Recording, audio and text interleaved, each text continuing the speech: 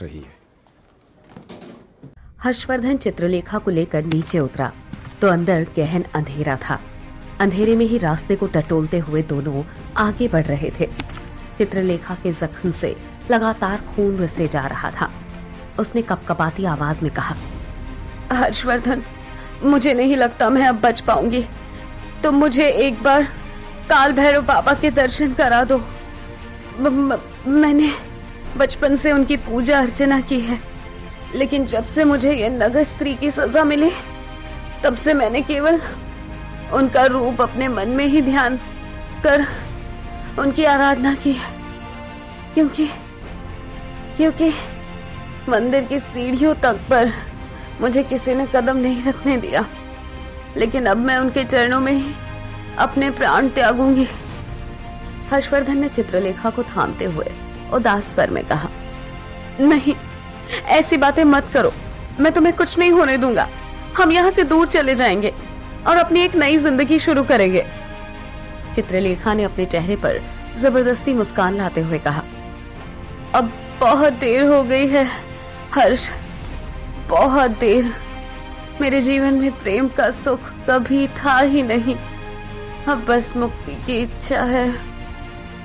चित्रलेखा के घाव से खून अब भी बहे जा रहा था। हर्षवर्धन की बेबसी साफ दिख रही थी। कुछ दूर चलने के बाद एक छोटे से दरवाजे के पास वो पहुंच गए। बहुत ही मध्यम प्रकाश आ रहा था तो हर्षवर्धन ने धीरे से उस छोटे से दरवाजे को खोला तो सामने एक बड़ा सा कमरा नजर आया।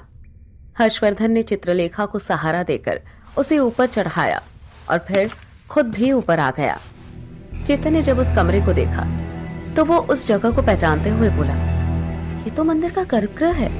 मतलब उस हवेली से एक खुफिया रास्ता इस मंदिर के गर्भगृह में आता है। चेतन अपनी सोच में था और हर्षवर्धन चित्रलेखा को संभाल रहा था। उधर दूसरी ओर नीमा सभी दासियों के साथ हवेली के मुख्य दरवाजे पर पहुंची और दरवाजा खोल जैसे ही बाहर आई, वहां जमा भीड़ में से एक आदमी ने चिल्लाते हुए पूछा, वो दोनों नगर स्त्री कहाँ है? बाहर निकालो उन दोनों को। नीमा ने घबराई हुई आवाज में कहा, आप सभी क्रोधित क्यों हैं? क्या अपराध हुआ है कलावती जी और चित्रलेखा जी से? उस आदमी ने गुस्से से कहा, अपराध उनका ये है कि वो दोनों नगर स्त्री हैं और उनके कारण हम सब की जान खतरे में है। नीमा ने दुखी होकर कहा, लेकिन उन्हें नगर स्त्री बनाया भी तो आप सब ने ही है। नीमा अपनी बात कह भी नहीं पाई थी कि किसी ने नीमा पर एक पत्थर से वार किया तो नीमा के सर पर चोट आ गई। वो आदमी बोला, ओ दासी, बंद कर अपनी बकवास और अपनी जान प्यारी है तो भाग जा अपनी साथ की दासियों को लेकर, वरना उन दोनों के साथ तुम सब भी मरोगे। ये सुनते ही नीमा के साथ खड़ी बाकी की दासियां वहां से भाग गई, लेकिन नीमा अपनी जगह से नहीं हिली और चिल्लाते हुए बोली, मैं आप में से किसी को भीतर नहीं जाने दूंगी। आप लोग उनकी जान नहीं ले सकते हैं। भीड़ से एक आदमी आगे आया और उसने नीमा की कलाई पकड़ उसे खींचकर बाहर ले गया। एक दूसरे आदमी ने कहा, अब और देर करना उचित नहीं होगा। इससे पहले कि वो भूतनी इन नगर स्त्रियों को ढूंढ ले, खत्म कर दो उन्हें। उसके इतना कहते ही बाकी के लोग आगे बढ़े और उन्होंने नगर स्त्री की उस हवेली में आग लगा दी। हवेली धूं धूं कर जलने लगी तो दूर जमीन पर गिरी नीमा ने रोते हुए कहा, मुझे माफ कर देना कलावती जी, मैं आपकी जान नहीं बचा पाई। नगर के लोगों ने एक दूसरे से कहा, अब इस आग से उन दोनों का बच पाना असंभव है। अब उस भूतनी को कोई शरीर नहीं मिलेगा। जहां नगर के लोग चैन की सांस ले रहे थे, वहीं मंदिर के गर्भगृह से होकर हर्षवर्धन चित्रलेखा को ले भगवान काल भैरव की मूर्ति के पास पहुंचा तो चित्रलेखा ने दर्द से कराहते हुए भगवान से प्रार्थना करते हुए कहा, हे काल भैरव बाबा, बचपन से लेकर आज तक मैंने आपको ही अपना सब कुछ माना। मेरे साथ जो भी अन्याय हुए मैंने कभी उसके लिए आपसे कोई शिकायत नहीं की, लेकिन आज मुझे आपसे बस एक ही शिकायत है। मुझे हर बार मेरे प्यार से क्यों दूर कर देते हैं आप? क्यों किसी को मेरे जीवन में लाकर उसे हमेशा के लिए मुझसे दूर कर देते हैं? चित्रलेखा की आंखों से आंसू बहे जा रहे थे। हर्षवर्धन ने पानी लाकर उसे पानी पिलाया और उसके जख्म पर बंधी पट्टी को फिर से सही किया ही था कि तभी किसी आदमी की तेज आवाज आई। अरे, ये नगर स्त्री तो यहाँ मंदिर में छिपी है। ये तो मरी ही नहीं, ये चित्रलेखा तो जीवित है। उस आदमी के चिल्लाते ही वहां सारे लोग इकट्ठा हो गए और सभी ने जैसे ही मंदिर के भीतर चित्रलेखा और हर्षवर्धन को देखा, सभी लोग मंदिर की ओर आने लगे। तभी हर्षवर्धन ने पास रखे एक डंडे को उठाया और भागता हुआ मंदिर के मुख्य दरवाजे पर पहुंचा और चिल्लाया, खबरदार, जो किसी ने मंदिर के भीतर कदम रखा तो कोई चित्रलेखा को हाथ नहीं लगाएगा। मैं किसी को उसके पास नहीं जाने दूंगा। भीड़ से एक आदमी ने कहा, हर्षवर्धन, तू हट जा हमारे रास्ते से। इस नगर स्त्री को तो आज मरना ही होगा। इसके जीवित रहने से हम सब की मौत निश्चित है। हमारे और इसके बीच मत आ हर्षवर्धन। हर्षवर्धन ने भी गुस्से से कहा, मुझे नहीं पता तुम लोग क्यों उसकी जान के पीछे पड़े हो, लेकिन मैं किसी को भी चित्रलेखा की जान नहीं लेने दूंगा। एक आदमी आगे आया और बोला, तो फिर ठीक है, पहले तेरी मौत होगी और फिर उस नगर स्त्री की। आखिरी बार चेतावनी दे रहे हैं हम, हट जा हमारे रास्ते से, वरना अंजाम बुरा होगा। नगर के लोग मंदिर के बाहर खड़े थे। हर्षवर्धन भी बाहर गया और उसने अपने डंडे से उस आदमी पर वार किया तो वो दूर जा गिरा। हर्षवर्धन की आंखों में आक्रोश साफ नजर आ रहा था। आज वो मरने मारने पर उतारू था। काल भैरव भगवान के चरणों में बैठी चित्रलेखा ने भगवान के चरणों में अपना माथा टेका और किसी तरह से उठकर खड़ी हुई। उसके घाव से खून अब और भी बहने लगा था। वो कैसे भी करके मंदिर के दरवाजे तक आई तो हर्षवर्धन ने उससे कहा, चित्रलेखा, तुम मंदिर के भीतर जाओ और दरवाजा बंद कर लो। मैं किसी को तुम तक नहीं पहुंचने दूंगा। चित्रलेखा मंदिर की सीढ़ियों से नीचे उतर आई और सभी के पास जाकर बड़ी मुश्किल के साथ धीरे से कहा, आप सब मेरी जान क्यों लेना चाहते हैं? क्या गलती की है मैंने? उसके इस सवाल पर भीड़ में से किसी ने एक पत्थर उसके सिर पर मारा तो वो चीख कर वहीं गिर पड़ी। हर्षवर्धन ने जैसे ये देखा, वो फौरन उसके करीब आया और उसके सिर को अपनी गोदी में लेकर रोने लगा। हर्षवर्धन ने रोते हुए कहा, मुझे माफ कर दो चित्रलेखा, मैं तुम्हारी मदद नहीं कर सका। अपने किसी वादे को नहीं निभा पाया, मैं नहीं निभा पाया अपना प्यार। चित्रलेखा ने खून से सने अपने हाथों से हर्षवर्धन के गाल को पकड़ते हुए धीरे से कहा, मैं इसके लिए तुम्हें कभी माफ नहीं करूंगी हर्ष। तुमने मुझसे प्रेम किया तो मुझे पहले ही यहाँ से ले जाते। तुमने इतनी देरी की कि अब वक्त ही नहीं बचा। मुझे अपने भगवान के साथ ही तुमसे भी शिकायत है।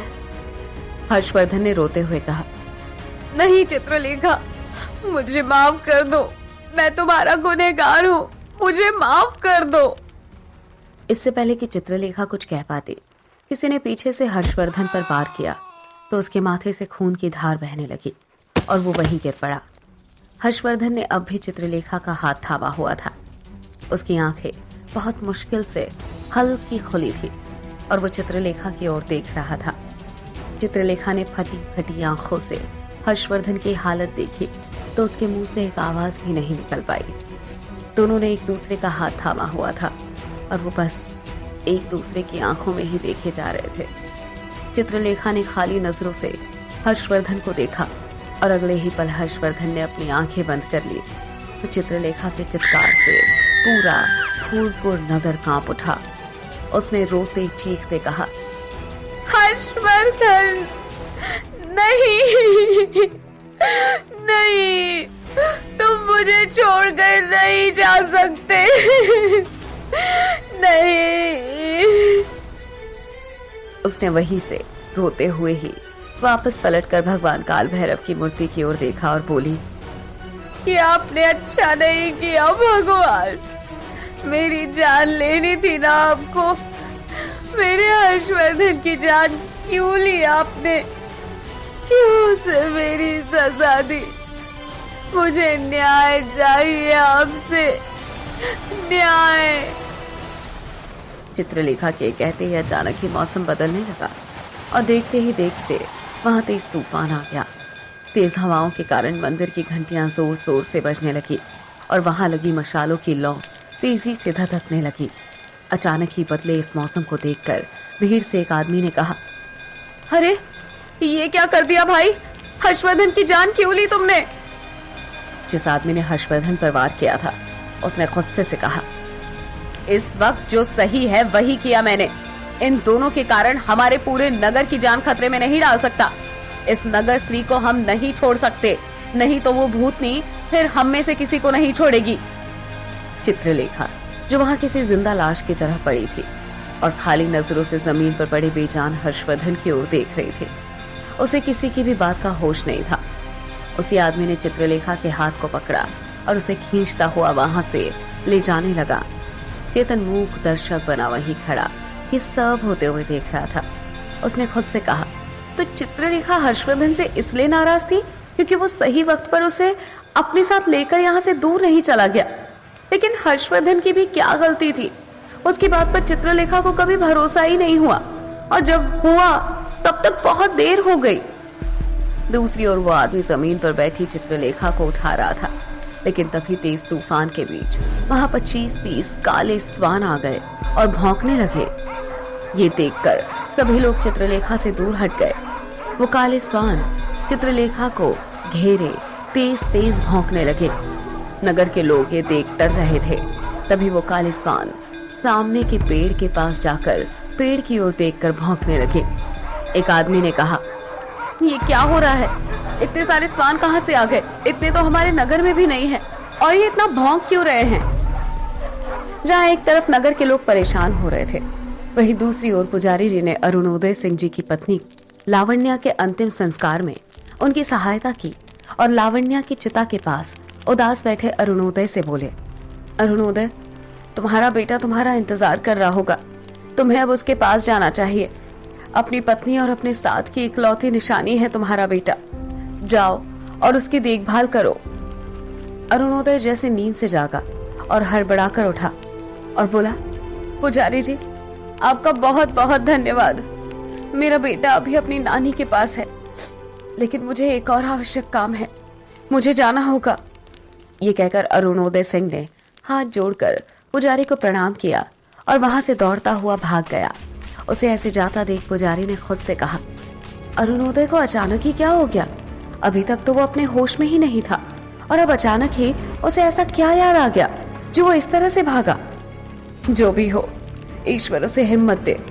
मुझे देखना होगा कि नगर के लोग क्या कर रहे हैं, कहीं उन्होंने कोई अनर्थ ना कर दिया हो। पुजारी जी ने लावण्या की जलती चिता को प्रणाम किया और वहां से निकल गए। दूसरी ओर मंदिर के बाहर वो काले स्वान अब भी चित्रलेखा को घेरे भौंके जा रहे थे। तभी एक आदमी आगे बढ़ा तो एक स्वान उसे देख और भी जोर से भौंकने लगा। देखते ही देखते वहां जितने भी काले स्वान थे सभी नगर के लोगों की ओर बढ़कर भौंकने लगे। तो एक आदमी ने घबराते हुए कहा, हमें यहाँ से निकलना चाहिए। ये स्वान तो गुस्से में लग रहे हैं, कहीं हमें ही नुकसान ना पहुंचा दे। निकलो यहाँ से। उस आदमी के इतना कहते ही बाकी के लोग भी वहां से भागने लगे और कुछ ही देर में वहां सिवाय चित्रलेखा और उन काले स्वानों के कोई और नहीं बचा। वो अब भी भौंके जा रहे थे और चित्रलेखा अब भी हर्षवर्धन के पास शांत बैठी थी। चेतन जो वहां खड़ा ये सब देख रहा था, उसके समझ में कुछ भी नहीं आ रहा था। तभी वो सारे काले स्वान चित्रलेखा के पास से हटकर सामने के एक पेड़ को देखकर भौंकने लगे। उस पेड़ के पास कोई नहीं था, लेकिन फिर चेतन की नजर पेड़ के पास खड़े शख्स पर पड़ी तो उसने हैरानी से कहा, ये तो कालदूत है, लेकिन ये यहाँ क्यों खड़ा है? और ये ब्लैक डॉग्स उसे ऐसे घेरे क्यों खड़े हैं? कुछ तो बात है। कालदूत उस पेड़ के पास खड़ा था और वो चेतन को अजीब ही नजरों से देख रहा था, जैसे कि वो चेतन से कह रहा हो कि अब तुम्हें समझ आ ही गया होगा कि चित्रलेखा के साथ क्या हुआ था। कुछ ही पल बाद कालदूत वहां से गायब हो गया और उसके गायब होते ही सभी काले स्वान भी वहां से गायब हो गए। दूसरी ओर अचानक ही शांत बैठी चित्रलेखा उठ खड़ी हुई तो चेतन का ध्यान उसकी ओर गया। हवा इतनी तेज थी कि चित्रलेखा के आसपास एक बवंडर सा उठ रहा था। तभी एकदम से एक बिजली सी लहर चित्रलेखा की ओर लपकी और उसमें समा गई। उसके समाते ही चित्रलेखा की आंखें पल भर के लिए चमकी और फिर उसकी आंखों का रंग बदलकर खून सा लाल हो गया, जैसे कि उसकी आंखों में रक्त जमा हो गया हो। और फिर हवा में रात रानी की तेज खुशबू फैल गई। तो चेतन को समझते देर नहीं लगी कि अभी अभी क्या हुआ है। लावण्या के शरीर को जिस भूतनी ने छोड़ा था, उसे रात भर के भीतर ही एक दूसरी नगर स्त्री यानी कि चित्रलेखा का शरीर मिल चुका था और उसने चित्रलेखा के शरीर पर अपना कब्जा कर लिया था। पर चेतन के दिमाग में अब ये सवाल था कि इन सब में कालदूत की क्या भूमिका रही होगी। चित्रलेखा के बाल हवा में लहरा रहे थे और उसकी आंखें चमक रही थी। उसका ये रूप देख चेतन ने कहा, तो आखिरकार चित्रलेखा बन गई खूनी वधू। क्या वाकई चित्रलेखा बन चुकी है